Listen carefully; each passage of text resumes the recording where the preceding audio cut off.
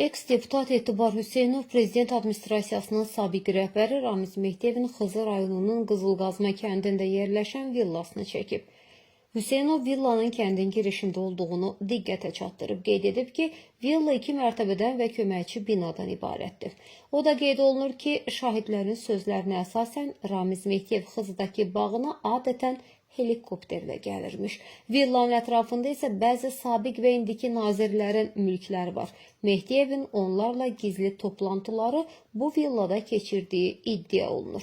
Mehdiyevin villası Qızılqazma kəndinin düz girəcəyindədir.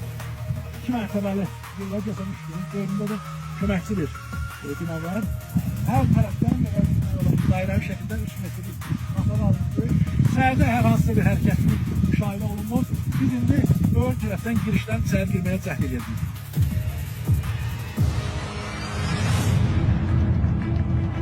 Burada öğrendik ki, bir sıra sabiq ve indiki deputat ve nazirler Ramiz Mehdiyevin bağ qonşusudur ve onların əksəriyyəti bu Ramizin adamı kimi tanınan şəxslərdir. Şahidlərin söylediğine göre Mehdiyev Xızıdakı bağına adeten helikopterle gelirmiş. Bu ilk başta inandırıcı gelmedi. Ama bağ evine siz de dikkat edin. Gördüğünüz kimi kifayət qədər təmtəraqdan uzaq, sadə bir villa təəssüratı bağışlayır.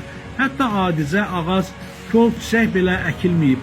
Əslində isə bu təvəzzükarlıqdan irəli gələn amil deyil. Məhz həyətə helikopterin enməsindən yana edilib. Çünki helikopterin pərlərindən vuran külək ağac və kolları qırır. Buna görə də ətrafda artıq heç nə qoyulmur. Axşam saatlarında bu bağ qonşuları Mehdiyevin başına toplaşırmış və məclislər məhz gecənin bir yarısına qədər davam edirmiş. Villaya gedən yol, hasarlar, o cümlədən də bağın içi və çölündəki baxımsız görünüş bunu deməyə əsas verir ki, Mehdiyev çoxdandır ki, bu tərəflərə gəlmir.